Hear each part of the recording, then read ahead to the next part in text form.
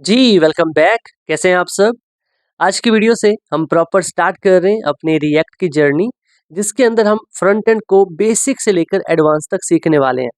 इससे पहले जो हमने सीरीज स्टार्ट की थी वो थी जावा लैंग्वेज की सीरीज, जिसके अंदर हमने बैक एंड डेवलपमेंट को सीखा था और जो फ्रेमवर्क हमने कवर किया था वो था स्प्रिंग बूट। तो उसके अंदर हमने काफ़ी सारी एप्लीकेशंस डेवलप की थी जो कि फुल स्टैक एप्लीकेशंस थी। बट प्रॉब्लम ये थी कि उसके अंदर हमने थाइम लीफ को फ्रंट एंड के तौर पे यूज़ किया था। बट आजकल की जो मॉडर्न टेक्नोलॉजीज़ हैं, उनमें जो ज़्यादातर यूज़ हो रहा है फ्रंट एंड के लिए वो है रिएक्ट। तो इसीलिए हम इस सीरीज़ को स्टार्ट कर रहे हैं कि अगर आपने उस सीरीज़ को फॉलो किया था, जो कि स्प्रिंग बूट की सीरीज़ थी, और आप इस सीरीज़ को भी फॉलो कर लेते हो, तो आप एक जावा फुल स्टैक डेवलपर बन जाओगे, जो कि बहुत बड़ी अपॉर्च्युनिटी है कहीं पर भी एक अच्छी प्लेसमेंट हासिल करने के लिए। ठीक है? अब ऐसा नहीं है कि आपने वो सीरीज़ स्टार्ट की हो तभी आप इसको स्टार्ट कर सकते हो, नहीं। अगर आप सिर्फ़ रिएक्ट सीखना चाहते हो और रिएक्ट के अंदर ही अपना करियर चूज़ करते हो, आप उसी के अंदर जाते हो, तब भी आप इस सीरीज़ को स्टार्ट कर सकते हो। तो चलो शुरू करते हैं, और एक बात मैं क्लियर कर दूँ, ये हमारी सीरीज़ की दूसरी वीडियो है। इससे पहले जो वीडियो हमने क्रिएट की थी वो बहुत ही इम्पोर्टेंट वीडियो है, और मैं आपको हाईली रिकमेंड करता हूँ कि उस वीडियो को जाकर देखो।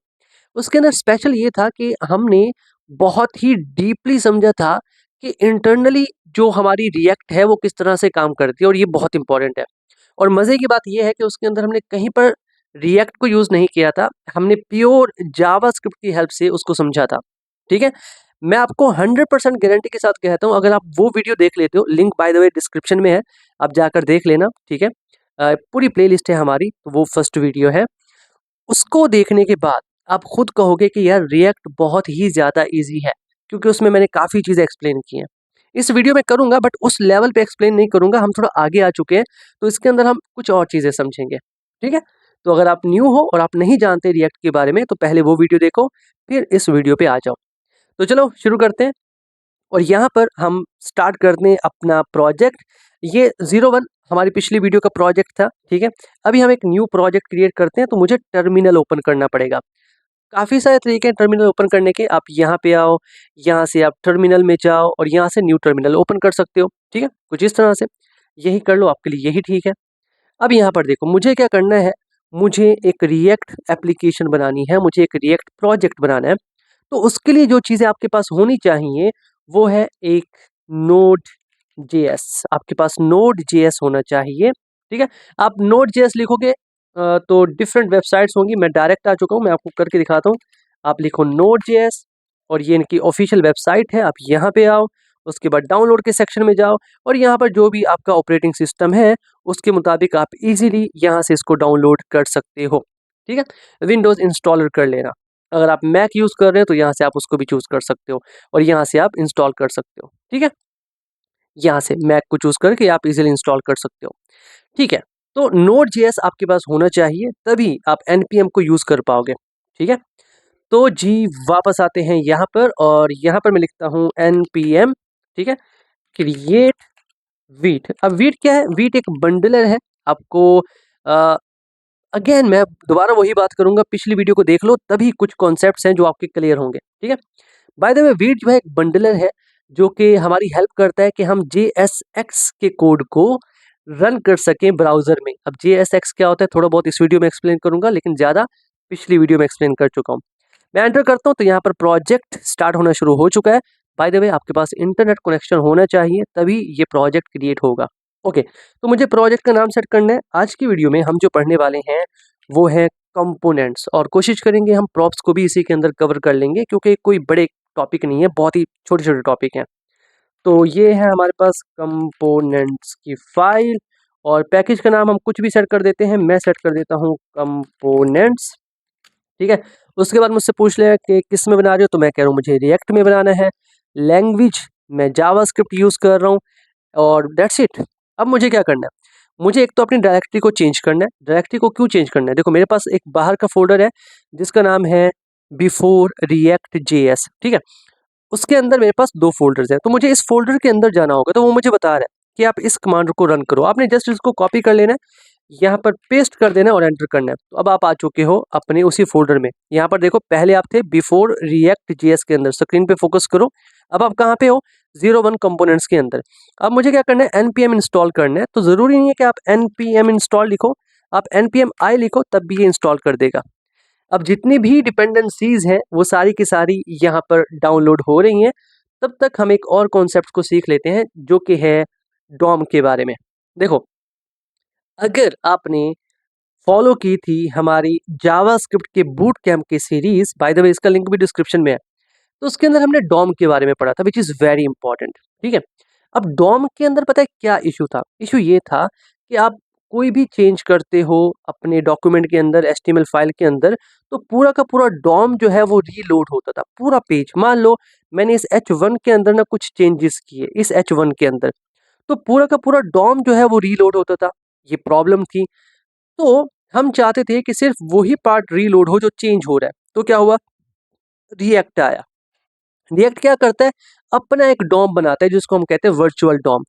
तो मान लो इस H1 के अंदर अगर चेंज आया था, तो ये वर्चुअल डॉम क्या करेगा, खुद को कंपेयर करेगा एक्चुअल डॉम के साथ। ठीक है, फिर जहां जहां चेंजेस होंगे वहीं वहीं जाके चेंज कर देगा, दैट्स इट। इससे ज्यादा कुछ नहीं। तो मतलब अब क्या हो रहा है हमारे पास कि वही चीज सिर्फ रीलोड हो रही है, वही चीज एक्शन में आ रही है जिसको हम चेंज करना चाहते हैं। पूरा का पूरा जो पेज है वो रीलोड नहीं हो रहा। ठीक है, एक तो ये वजह थी। बाकियों के बारे में भी हम बात करेंगे। रिएक्ट के बारे में थोड़ा बहुत बता देता हूँ। रिएक्ट एक लाइब्रेरी है जो कि मेटा ने बनाई है, जिसे आप फेसबुक के नाम से जानते हो। मेटा ने बनाई है, लाइब्रेरी है, सिंपल। इससे हम यूआई डिजाइन कर सकते हैं, दैट्स इट। इससे ज़्यादा इसके बारे में पढ़ने की ज़रूरत नहीं है, प्रैक्टिकली इसको पढ़ते हैं। तो यहाँ पर देखो सारी की सारी डिपेंडेंसीज जो है वो डाउनलोड हो चुकी हैं और हमें कह रहा है कि आप अब इस प्रोजेक्ट को रन कर सकते हो। तो मैं इसको यहीं से कॉपी कर लेता हूँ, यहाँ पर पेस्ट कर देता हूँ, npm run dev। तो अब ये रन होगा और मुझे बता रहा है कि यहाँ पर ये रन हो रहा है। मैं कंट्रोल क्लिक करता हूँ तो मैं डायरेक्ट पहुँच चुका हूँ कहाँ पे, यहाँ पर। तो ये आपको कुछ इस तरह से आउटपुट शो हो रहा है। अब यहाँ पर जितनी भी चीज़ें नज़र आ रही हैं आपको, ये मैंने नहीं लिखी। ये रिएक्ट के अंदर जब मैंने बनाया वीट की हेल्प से प्रोजेक्ट, तो उन्होंने मुझे बनी बनाई दे दी। मैं यहाँ से हट जाता हूँ, यहाँ पे आते हैं क्योंकि यहाँ पर मैंने एक्सटेंशन डाउनलोड की हुई है डार्क मोड की। ओके, तो कुछ इस तरह से अब मुझे शो हो रहा है। मुझे रिएक्ट का लोगो शो हो रहा है, मुझे वीट का लोगो शो हो रहा है, साथ में ये शो हो रहा है, मुझे काउंटर शो हो रहा है। बट हमें इन सब चीज़ों से कुछ लेना देना नहीं है, हमने आना है अपने कोड में। ठीक है, यहाँ से इसको मैं बंद कर देता हूँ, यहाँ पे आते हैं और ये हमारा प्रोजेक्ट है। अब इस प्रोजेक्ट के अंदर सबसे पहले आपको एक फोल्डर नजर आएगा, नोट मॉड्यूल, जिसको बिल्कुल नहीं छेड़ना, छोड़ दो। इसके अंदर डिपेंडेंसीज हैं, मतलब ऐसी चीजें जो आपके प्रोजेक्ट को रन करने के लिए जरूरी है, दैट्स इट। पब्लिक का फोल्डर है, इसके अंदर स्टैटिक इमेजेस वगैरह, स्टैटिक फाइल्स वगैरह आप रख सकते हो। मेन फोल्डर है हमारा ये सोर्स का फोल्डर, जो आपको इस वक्त नजर आ रहा है, ये है सोर्स का फोल्डर। ठीक है, सोर्स के फोल्डर के अंदर एक एसेट्स का फोल्डर है जिसके अंदर आप इमेजेस रख सकते हो, हम इसी के अंदर रखेंगे। और फिर हमारे पास ये कुछ फाइल्स हैं जिनको आपने समझना है। सबसे पहले हमारे पास है index.html फाइल। अब ये जो आपको लोगो शो हो रहा था ना, यहाँ से हो रहा था, ये देखो इसके अंदर वीट एसवीजी। मैं इसको हटा देता हूँ क्योंकि मुझे ये नहीं चाहिए। ठीक है, अब ये जो आपको नजर आ रहा है ना, डिव रूट। अब देखो, हम इसको कहते हैं, रिएक्ट जो एप्लीकेशंस डेवलप करते हैं हम कहते हैं वो होती हैं सिंगल पेज एप्लीकेशंस।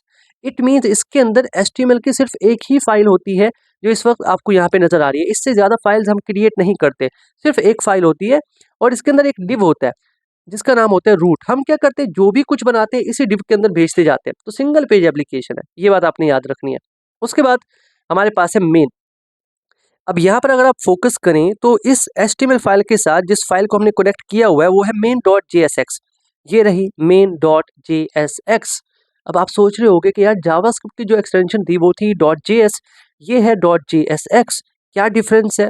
काफ़ी डिटेल से एक्सप्लेन किया था पिछली वीडियो में। अभी यहाँ पर उसकी बातें करेंगे तो टाइम वेस्ट हो जाएगा, तो आप उसी वीडियो को जाकर देखो।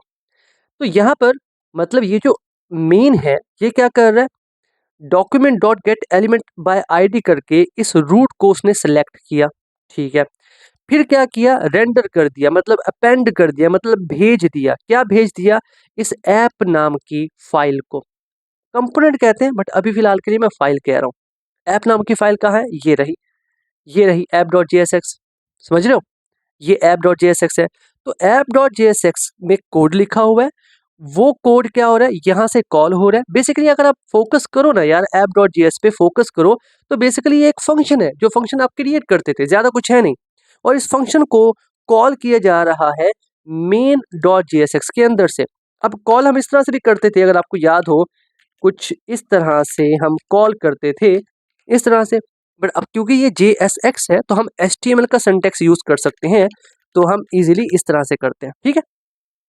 अभी मज़ीद समझाने के लिए मैं आपको दिखाता हूँ, ये हमारे पास जो app.csx है ना, CSS, इसकी हमें ज़रूरत नहीं है क्योंकि अभी हम डिज़ाइनिंग के बारे में बात नहीं करेंगे, मैंने इसको हटा दिया। मान लो ये फाइल अभी हमारे पास है ही नहीं, ठीक है, बल्कि मैं इसको रिमूव कर देता हूँ ताकि चीज़ें आपको ज़्यादा अच्छे से समझ में आए।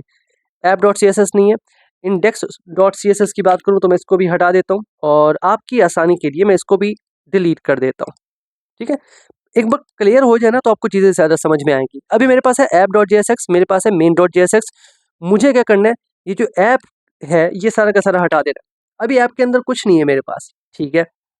अब मुझे क्या करना है, मुझे यहाँ पर एक फंक्शन बनाना है। अभी मैं फंक्शन नाम कह रहा हूँ, थोड़ी देर में इसका नाम कुछ और बताऊंगा।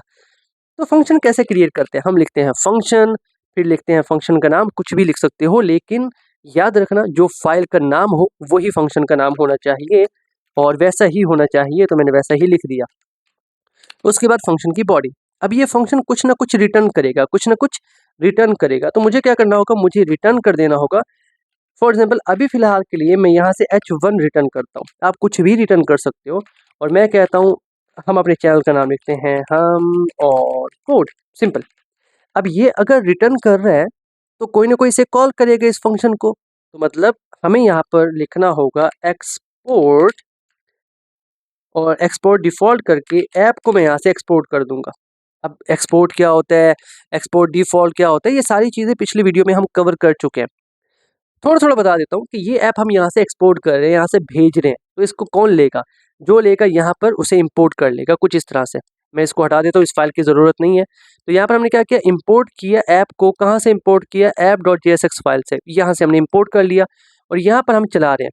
तो अभी आउटपुट में क्या शो होगा, अभी ऐप क्या भेज रहा है, ऐप भेज रहा है ये हेडिंग, किसके पास भेज रहा है, मेन के पास। मेन किसके पास भेज रहा है, इस डिव के अंदर, और ये आउटपुट में शो होगा। लेट मी शो यू, काफ़ी इंटरेस्टिंग है, थोड़ी देर में समझाता हूँ चीज़ें आपको। हाँ, तो हम टर्मिनल ओपन करते हैं, ठीक है। पहले तो हम डायरेक्टरी को चेंज कर लेंगे, 01 कंपोनेंट है हमारी फाइल का नाम,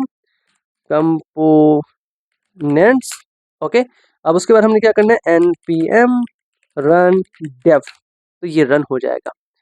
तो इसको ओपन कर लेते हैं, just give me a second. यहाँ पे नहीं करेंगे, वाइट स्क्रीन है, आंखों का मसला होगा। यहाँ पे आते हैं, इसको हटा देता हूँ, वैसे चल रहा था, ठीक है। और इसका डार्क मोड ओपन कर लेते हैं, ठीक है। तो यहाँ पर देखो आउटपुट में मुझे शो हो रहा है हम और कोड, बाकी सारी चीज़ें हट चुकी हैं, बाकी सारी चीज़ें हट चुकी हैं। अब देखो मैंने क्या किया, मैंने जो कोड लिखा, मेरा एक्चुअल जो कोड था, अभी मैं इसको ऑफ नहीं कर रहा, टर्मिनल मेरा ओपन है, सर्वर। मैंने क्या किया, कोड मैंने लिखा किसके अंदर, app.jsx के अंदर, बट हम यहाँ पर कोड नहीं लिखते, मेरी बात को समझना, this is very important. Basically अभी जो मैंने ये फंक्शन बनाया इसको हम कहते हैं कंपोनेंट। आपने सुना होगा कि रिएक्ट के अंदर कंपोनेंट्स होते हैं, बेसिकली फंक्शंस को हम कंपोनेंट कहते हैं। हम क्या करते हैं, जितनी भी हमारी वेबसाइट होती है ना उसके अलग अलग सेक्शंस होते हैं, जैसे नेविगेशन बार हो गया, फुटर हो गया, मेन कंटेंट हो गया, तो हर एक के लिए अलग अलग फंक्शंस बना लेते हैं, अलग अलग फाइल्स होती हैं, उन्हीं को हम कंपोनेंट्स कहते हैं। कैसे, मैं आपको समझाता हूँ। यहाँ पे आते हैं और ये हमारा प्रोजेक्ट है कंपोनेंट 2, इसके अंदर मैं एक फाइल बना लेता हूँ, मैं कहता हूँ हेडर। देखो मैं कैपिटल लेटर से स्टार्ट कर रहा हूँ, header.jsx, ये बन चुकी एक फाइल, ठीक है। मुझे एक और फाइल भी चाहिए जिसे मैं कह दूंगा फुटर। अभी फिलहाल के लिए मैं 2 ही सेक्शंस बना रहा हूँ आपको समझाने के लिए, JSX, तो ये मेरे पास आ चुका है। अभी मुझे क्या करना है, इसके अंदर कोड लिखना है, एक फंक्शन बनाना है, जैसे मैंने यहाँ पर बनाया app.jsx के अंदर। लेट मी शो यू, ये देखो ये फंक्शन। बट आजकल जो डेवलपर यूज़ कर रहे हैं वो एरो फंक्शन है, ठीक है। तो उसके लिए आप क्या कर सकते हो, सिंपल आपने यहाँ पे आना है, एक शॉर्टकट होता है हमारे पास, RAFCE, एंटर करोगे, बना बनाया फंक्शन आपको मिल चुका है, मतलब इसको आप कंपोनेंट कहोगे बेसिकली, ठीक है। कंपोनेंट बना बनाया कैसे मिला, आपने एक्सटेंशंस में आना है, यहाँ पर आपने लिख देना है रिएक्ट। तो कुछ एक्सटेंशंस मैंने इंस्टॉल की हुई हैं, यहाँ पर देखो, इनके नाम देख लो, इनको आप इंस्टॉल कर लेना, तो ये जो शॉर्टकट्स मैं यूज़ कर पा रहा हूँ आप भी यूज़ कर पाओगे, दैट्स इट। ज़्यादा कोई रॉकेट साइंस नहीं है इसमें, ठीक है। ओके, तो अभी मेरे पास हेडर बन चुका है, ठीक है। ये फंक्शन ही है, कंफ्यूज मत होना, कंफ्यूज मत होना, ये फंक्शन ही है, ठीक है। अब यहाँ से हम कुछ रिटर्न कर रहे हैं, तो मैं यहाँ से रिटर्न कर देता हूँ h1। अच्छा, आप सोच रहे हो कि यार यहाँ पर div क्या कर रहा है, मैं आपको समझाता हूँ, मैं आपको समझाता हूँ। अभी फिलहाल के मैं इसको रहने देता हूँ, मैं यहाँ पे आता हूँ app.jsx के अंदर। हम क्या कर रहे थे, यहाँ से h1 रिटर्न कर रहे थे। मान लो मुझे h1 के साथ कुछ और भी रिटर्न करना है, मुझे एक पैराग्राफ रिटर्न करना है, तो मैं पैराग्राफ लिखूंगा और मैं लिखूंगा दिस इज पैराग्राफ। तो अब देखो मुझे एरर शो हो रहा है। प्रॉब्लम पता है क्या है, जो फंक्शन होता है वो सिर्फ एक चीज रिटर्न करता है, या तो वो h1 रिटर्न करेगा या पैराग्राफ रिटर्न करेगा, ये दोनों रिटर्न नहीं कर सकता। बट हम चाहते हैं कि ये दोनों रिटर्न करे, तो हम इसको पैक कर देंगे div के अंदर। लेट मी शो यू, मैं इसको कॉपी कर लेता हूँ, ठीक है। मैंने इसको यहाँ से कट कर लिया और मैं क्या करता हूँ, यहाँ पर एक div क्रिएट कर लेता हूँ। अब div के अंदर पैक करके भेज रहा हूँ। बेसिकली अब मैं एक चीज भेज रहा हूँ, मैं एक div भेज रहा हूँ, उस div के अंदर मैंने बाकी चीजें ऐड कर दी हैं। टेक्निकली एक ही चीज रिटर्न हो रही है। अब आप सोच रहे होगे कि यार मैंने div यूज नहीं करना, ठीक है, आप div यूज ना करो। हमारे पास फ्रेगमेंट्स होते हैं। क्या होते हैं फ्रेगमेंट्स, मैं आपको समझाता हूँ। इन divs को आप यहाँ से हटा दो, ठीक है, इन divs को आप हटा दो। आप खाली ब्रैकेट्स यूज कर सकते हो कुछ इस तरह से, इनको हम कहते हैं फ्रेगमेंट्स। ये भी बिल्कुल वैसे ही काम करें। अब जो आपकी मर्जी, अगर मैं आपको आउटपुट शो करूं अभी, लेट मी शो यू, तो यहाँ पर देखो दिस इज पैरा, ये भी शो हो रहा है। तो दो चीजें ट्रांसफर की है मैंने, तो इसीलिए आपको यहाँ पर फुटर हेडर है, इसलिए आपको यहाँ पर ना वो div नजर आ रहा था। तो जरूरी नहीं है कि आप div करो, मोस्टली जो डेवलपर्स है ना वो फ्रेगमेंट्स का यूज करते हैं, हम भी वही करेंगे। तो मैं यहाँ से भेजना चाहता हूँ एक h1, ठीक है, और इस h1 में इसे थोड़ा ठीक कर लेते हैं, just give me a second. और मैं कह देता हूँ दिस इज हेडर। ज़्यादा कुछ नहीं लिखते, बस मैं आपको समझा रहा हूँ। ये हेडर आ चुका है मेरे पास, यहाँ से हेडर रिटर्न हो रहा है, दैट्स इट। मैं और कुछ रिटर्न नहीं करना चाहता। वैसे मुझे अब यहाँ पर ना फ्रैगमेंट्स ये लगाने की ज़रूरत नहीं थी, क्योंकि मैं सिंगल एलिमेंट रिटर्न कर रहा हूँ। बट आप चाहो तो लगा सकते हो, ठीक है। और आप चाहो तो यहाँ पर सेमीकोलन लगाओ, आप चाहो तो ना लगाओ, आपकी मर्जी है, ठीक है, आपकी मर्जी है। जावास्क्रिप्ट है, ये अलाउ करती है। तो मैं क्या कर रहा हूँ, यहाँ से मैंने हेडर भेजा, मैंने इसको एक्सपोर्ट कर दिया कि भेज दो हेडर को। तो मैं क्या करता हूँ, ऐप के अंदर आऊँगा। मैंने आपसे कहा था ना कि ऐप के अंदर हम कंपोनेंट्स नहीं बनाते, समझाता हूँ। ऐप के अंदर आके ना हम बाकी कंपोनेंट्स को कॉल करते हैं। तो मैं यहाँ पर क्या करूँगा, पहले तो मैं इंपोर्ट कर लूँगा। मैं यहाँ पे आता हूँ, just give me a second. यहाँ पे आके मैं लिखता हूँ इंपोर्ट। इंपोर्ट क्या इंपोर्ट करना है मुझे इंपोर्ट करना है हेडर। कहाँ से इंपोर्ट करना है, फ्रॉम डॉट हेडर फाइल, ठीक है। अब मैं इसको यूज़ कर सकता हूँ। तो मैं यहाँ पे आता हूँ और मैं क्या करूँगा, मैं यहाँ पर जैसे हम एक टैग बनाते हैं वैसे मैं यूज़ करने वाला हूँ। तो मैं यहाँ पर लिख दूंगा हेडर। और बहुत ही इंपॉर्टेंट चीज़ बता रहा हूँ, यहाँ पर आप इसको क्लोज लाजमी करोगे वरना आपको एरर शो होगा। तो मैंने क्या किया, मैंने हेडर के अंदर सॉरी ऐप के अंदर हेडर को रुका। एक और चीज़ दिखाता हूँ, यहाँ पर आके दोबारा से मैं एक कंपोनेंट बना देता हूँ। ये हम कंपोनेंट्स ही बना रहे हैं, कंफ्यूज मत होना। तो ये बना बनाया कंपोनेंट मुझे मिल गया, तो मैं क्या करता हूँ, यहाँ से कुछ पास कर देता हूँ।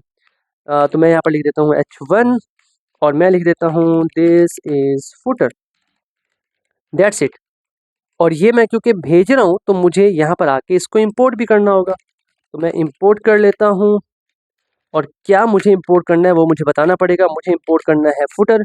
कहाँ से इंपोर्ट करना है, फ्रॉम दिस फाइल, ठीक है। अब यहाँ पर आके मैं उस कंपोनेंट को भी कॉल कर देता हूँ। बेसिकली मैं फंक्शंस को ही कॉल कर रहा हूँ, तो कंफ्यूज मत होना। ये लो, अब ऐप के अंदर से ही हम सारी चीज़ें कर रहे हैं, ठीक है। मतलब चीज़ें अलग अलग जगहों पे बना रहे हैं, ऐप के अंदर से उनको कॉल कर रहे हैं। अब ऐप के अंदर ये सारी चीज़ें हैं और मेन के अंदर सिर्फ ऐप है।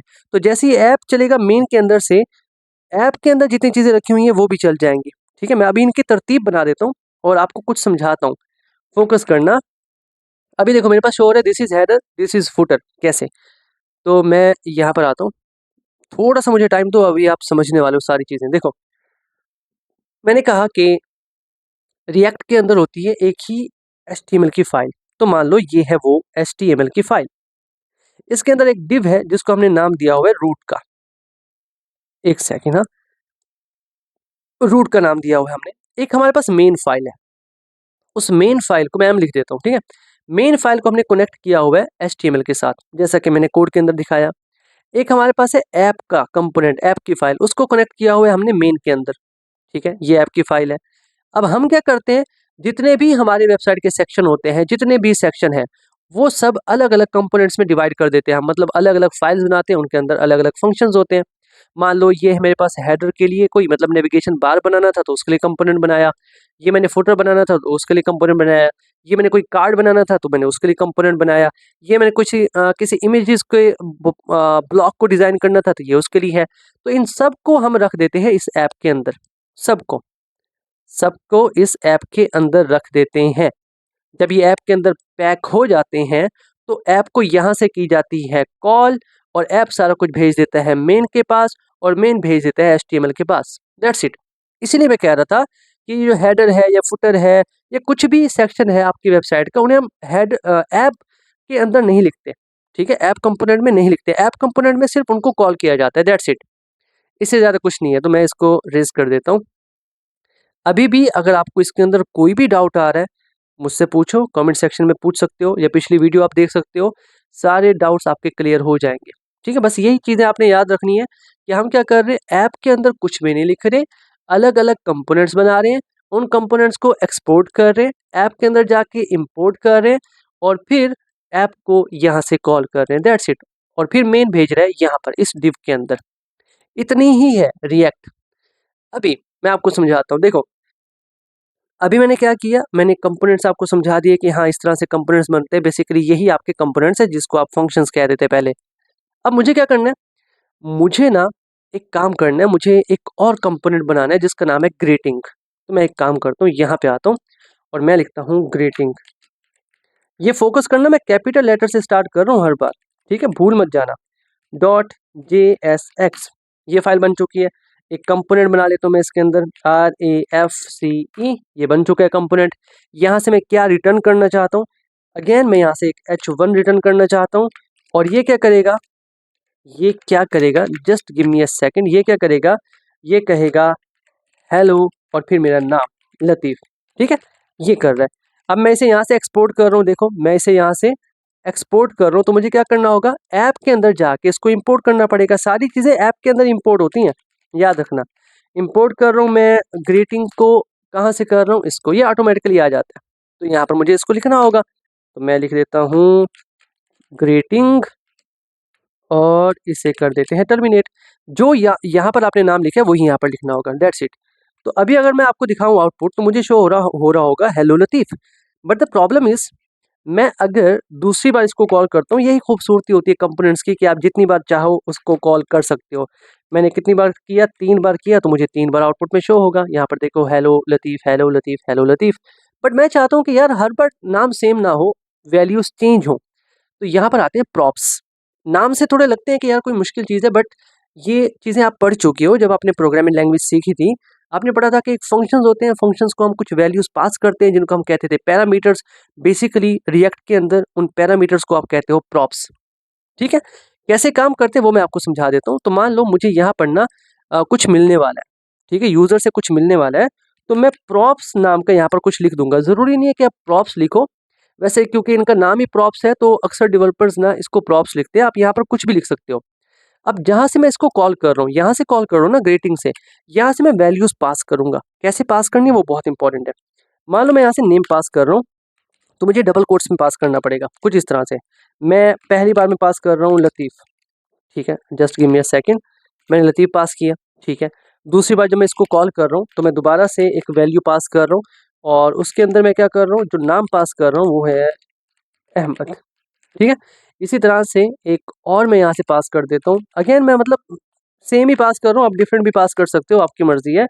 और मैं यहाँ से पास कर देता हूँ शफ़ीक, कुछ इस तरह से। अभी देखो मैंने यहाँ से डाटा भेजा, बट आगे डाटा लेने वाला कोई होना चाहिए ना, तो ये डाटा जाके स्टोर हो जाएगा कहाँ पर? इस प्रॉप्स के अंदर। बेसिकली ये एक ऑब्जेक्ट है। प्रॉप्स क्या है? ऑब्जेक्ट है।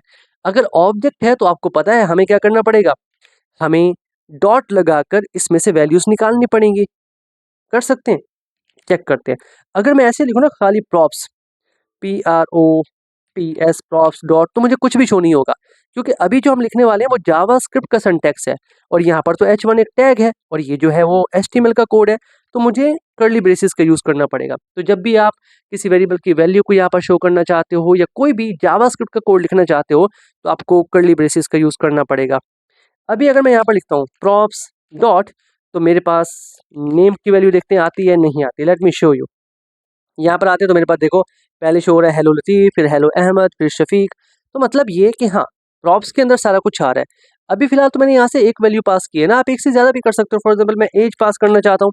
अब यहाँ पर सोचने की बात है, अगर मैं डबल कोट्स के अंदर भेजूँ ना 25, तो ये तो एक स्ट्रिंग होगा, मुझे तो नंबर पास करना है। अगर मैं ऐसे ही 25 लिख देता हूँ तो एरर शो होगा। तो जब भी आपने नंबर पास करना होता है, फिर से कर्ली ब्रेसेस का यूज़ करो और नंबर भेज दो। That's it. यहाँ पर भी आप भेज सकते हो, आपकी मर्जी है। मैंने भेजा और यहाँ पर आप कुछ भी लिख दो। फॉर एग्जाम्पल मैं यहाँ पर लिख देता हूँ 26, और यहाँ पर आके दोबारा से मैं कुछ भेजना चाहता हूँ तो स्पेलिंग सेट कर लेता हूँ।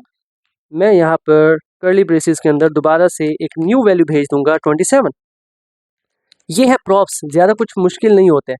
अभी मुझे यहाँ पर आना होगा।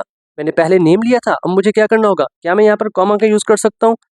क्या मैं इस तरह से लिख सकता हूँ प्रॉप्स डॉट एज? क्या मैं इस तरह से लिख सकता हूँ? नहीं, हम नहीं लिख सकते, वी आर गेटिंग एरर। तो मैं एक काम करता हूँ, मैं इसको हटा देता हूँ। क्या मैं सेमीकोलन का यूज़ करके यहाँ पर प्रॉप्स करके डॉट एज को सिलेक्ट कर सकता हूँ? क्या ये वैलिड है? नहीं, हम ये नहीं कर सकते।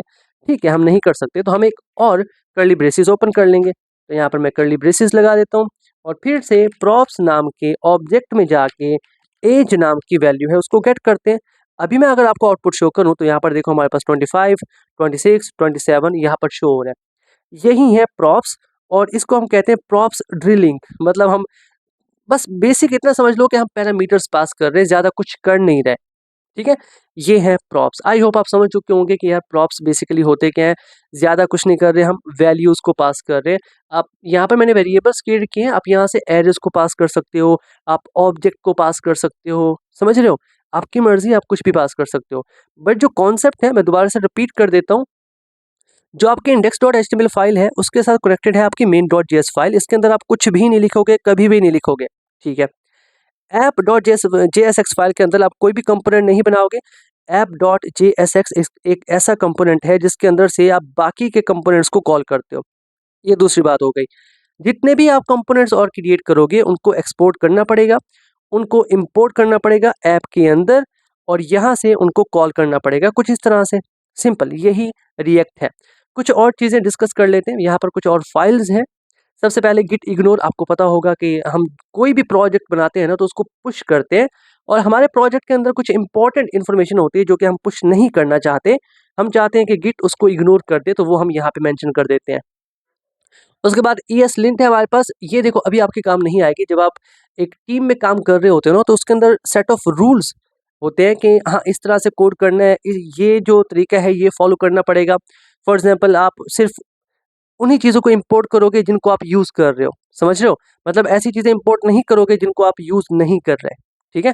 फॉर एग्जांपल मैं यहाँ पर कोई index.css यूज़ नहीं कर रहा तो मैं उसको इंपोर्ट नहीं कर सकता।